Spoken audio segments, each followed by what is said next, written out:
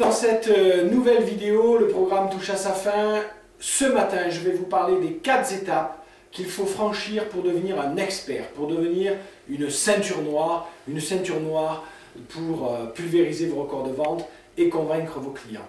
Alors ces 4 étapes, quelles sont-elles? Eh bien la première, c'est l'étape de l'enthousiasme. Effectivement, quand je commence quelque chose, par exemple je me mets au tennis, je suis tout content de commencer, j'ai un nouveau professeur qui est sympa, j'ai de nouveaux copains, je m'achète une belle raquette, un joli bandeau, un nouveau sac, je suis super content et tout ce que je fais marche bien puisque comme l'émotion entraîne le résultat, si je suis dans l'enthousiasme, eh bien je commence à obtenir des bons résultats et on me dit au départ tu es plutôt doué, la chance du débutant, etc. Tous ces phénomènes eh bien, sont dus à cet enthousiasme qui caractérise la phase de... La deuxième étape, l'étape de désillusion. Effectivement, je commence à améliorer ma compétence, ma connaissance de ce que je fais. Donc, je vois l'écart entre ce que je sais et ce que je fais. C'est toujours beaucoup plus facile à comprendre quelque chose qu'à le mettre en œuvre. Cet écart fait que je commence à être dans la deuxième étape, ce qu'on appelle la désillusion, d'accord? C'est plus difficile à mettre en œuvre, et là, je me sens moins bien. Donc, je commence à trouver des bonnes raisons, des bonnes excuses pour aller faire autre chose, pour pas continuer à aller à mes cours. Hein. En général, vous savez, quand on attaque le tennis au mois de septembre, ou des cours d'anglais, eh bien, vous arrivez au mois de décembre, il y a à peu près 50% qui ont arrêté, abandonné, hein, quand on commence à rentrer dans cette phase de désillusion. Et puis ensuite, au fur et à mesure de l'année, hein, puisque selon la motivation et la détermination de chacun, eh bien certains arrêtent en décembre, d'autres en février, enfin au mois de mai, il vous reste un peu les deux tondus, c'est-à-dire même pas 10% des gens qui continuent et qui s'accrochent. Donc si tu arrives à cette vidéo, c'est que tu as continué à accrocher à ce programme-là, bravo, je te félicite, d'accord? Mais il est clair que c'est l'étape la plus difficile, la plus cruciale, puisque 90% quasiment des gens arrêtent. Tout à l'heure, nous verrons les points clés qui te permettront de dépasser cette étape de désillusion. Vient la troisième étape, l'étape de la compétence. D'accord? C'est-à-dire que là, eh bien, je sais ce que je dois faire, et même si je dois y penser, y réfléchir, je fais les bonnes choses de la bonne manière. D'accord? Donc, dans un art martial, je sais quand telle personne m'attaque comme ça, comment il faut que je me place, comment il faut que j'agisse, je le fais et je le fais bien. D'accord? En cours d'anglais, je pense en français, je sais comment traduire et je le traduis. En vente, eh bien, je sais quand le client fait une objection, eh bien, quelles sont les différentes étapes que je dois faire, qu'est-ce que je dois répondre à telle objection, etc. Je le sais et je l'ai tellement pratiqué que je sais le mettre en œuvre de manière à l'aise. La dernière étape, l'étape du master, l'étape des experts, l'étape de la ceinture noire, eh bien c'est quand je suis arrivé à une maîtrise sans même y penser. Quand on est en art martial, eh bien quand le geste arrive, sans penser, j'ai le bon geste au bon moment et je l'applique de la bonne manière.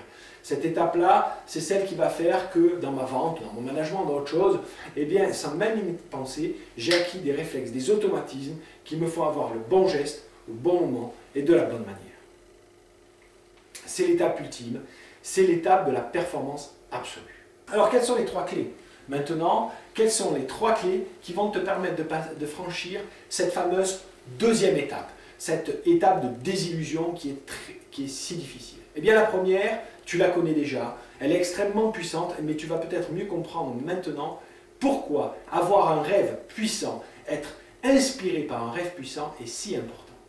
Eh bien parce qu'au moment de l'étape de la désillusion, si je ne me raccroche pas à mon rêve d'être champion olympique, forcément, je vais faire partie des 90% qui arrêtent.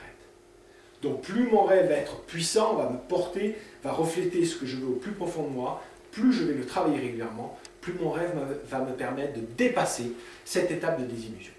Deuxième point clé pour franchir l'étape de désillusion, c'est créer un environnement qui te porte.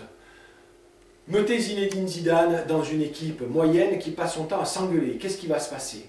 Il ne va jamais avoir un ballon. Quand il aura un ballon, ce ballon sera mal exploité. Et en plus, il va se faire engueuler tout le temps. Pensez-vous que son niveau va augmenter? Eh bien non, son niveau va baisser et au bout de quelques temps, il va dire, bon, ciao les gars, j'arrête.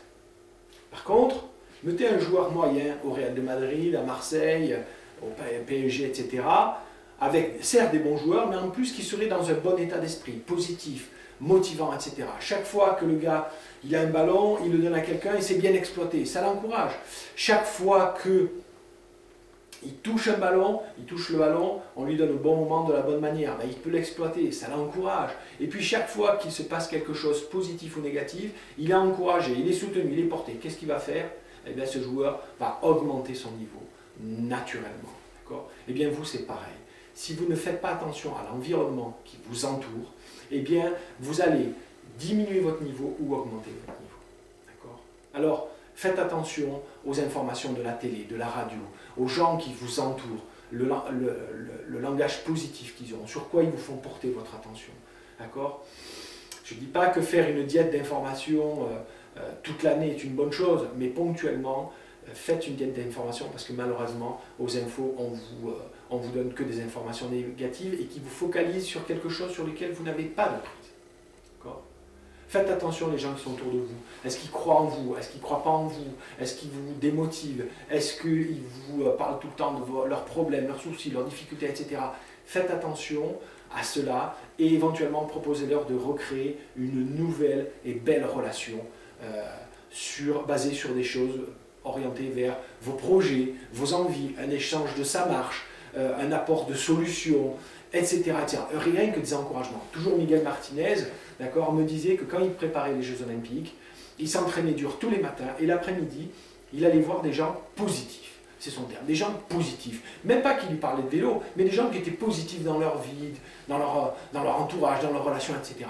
Ça le regonflait, après en avoir pris plein la tronche le matin, d'accord, même des fois quand il pleuvait, etc. Eh bien, il allait voir des gens qui étaient positifs, qui croyaient, qui étaient motivants.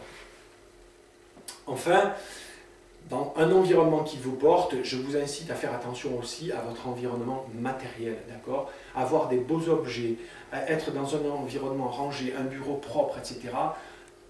favorise la créativité, favorise l'inspiration, favorise l'envie de se mettre au travail. Tout ça sont des points très importants de créer un environnement qui vous porte, qui vous stimule, qui vous donne envie de continuer, plutôt que des bonnes raisons d'arrêter à la moindre occasion, ou de vous disperser dans des choses qui ne sont pas productives pour vous. Enfin, la troisième clé pour dépasser cette étape de désillusion sont vos rituels du succès.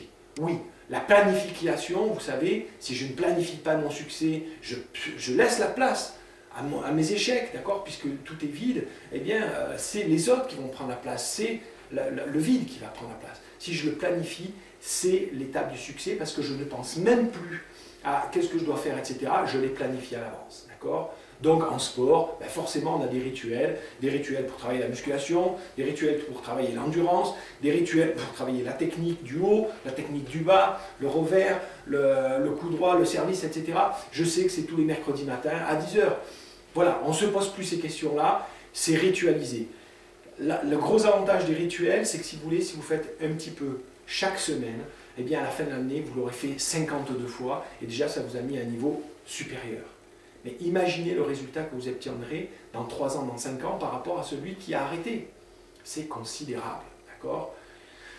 Donc la planification chaque semaine, c'est vraiment une clé du succès qui est très importante. Mettez-le sous forme de rituel, comme ça vous n'avez plus à y penser, à quel moment je fais quoi, etc. Bon, vous avez une idée qui vient, vous savez que c'est jeudi matin à 10 h, vous la mettez dans une feuille de papier et jeudi matin à 10 h, vous le réglerez. D'accord? Pensez aussi que dans vos rituels, il y a 2 styles de rituels qui sont très importants. Je raconte souvent cette histoire rapide, d'accord? C'est la compétition au Canada des meilleurs bûcherons. Donc toute la journée, on regarde quel est le bûcheron qui va couper le plus de bûches, d'accord, d'un certain diamètre.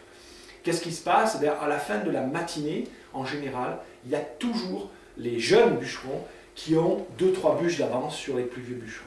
Vous savez pourquoi? Parce que les plus vieux bûcherons s'arrêtent après chaque bûche, d'accord, chaque tronc qui a été coupé, ils s'arrêtent 2 minutes pour affûter leur hache et boire un coup. À la fin de la journée, les vieux bûcherons ont toujours 3 ou 4 bûches d'avance sur les jeunes bûcherons. Si vous n'accordez pas de temps pour affûter votre hache, pour aiguiser votre hache, vous allez vous user, vous fatiguer et mettre 2 fois plus de temps pour faire les choses. Alors, quels sont vos rituels de réalisation, de production? Les rendez-vous que vous prenez le vendredi matin pour aller voir vos clients, très bien. Le mardi matin pour les appeler au téléphone, super. Mais quels sont les rituels que vous prenez pour améliorer vos coûts en dynamisme commercial? Voilà pour les 3 clés qui vous permettent de passer cette étape de désillusion. Alors, comment avoir des résultats de ceinture noire dans votre programme Pulvériser les records de vente? Eh bien, je vais vous dire une chose très simple. Si tu t'entraînes comme une ceinture blanche, tu auras des résultats de ceinture blanche. Si tu t'entraînes comme une ceinture noire, tu auras des résultats de ceinture noire. Alors, comment s'entraîne une ceinture noire? Ben, une ceinture noire, c'est quelqu'un qui pratique depuis plusieurs années. Oui, il va vous falloir plusieurs années de pratique avant de maîtriser et d'obtenir des résultats exceptionnels de ceinture noire. Comment vous pouvez réduire ce temps-là? Eh bien, une ceinture noire s'entraîne plusieurs fois par semaine. Il est clair que si, au minimum, ce sont des gens qui s'entraînent 3 fois par semaine, mais si tu t'entraînes 4 fois par semaine, ou 5 fois par semaine, ou 6 fois par semaine, eh bien, tu vas avoir des résultats plus rapidement. D'accord? Les ceintures noires sont des gens qui passent plus de temps à s'entraîner qu'à faire de la compétition. Plus de temps à s'entraîner qu'à faire la compétition. Toi, aujourd'hui, pour obtenir tes résultats de vente, peut-être as-tu mis en place un rituel 1 fois par semaine, 1 fois tous les 15 jours, pour appeler tes clients, pour aller en clientèle. C'est très bien. Mais combien de temps passes-tu à t'entraîner à la vente? Chaque semaine.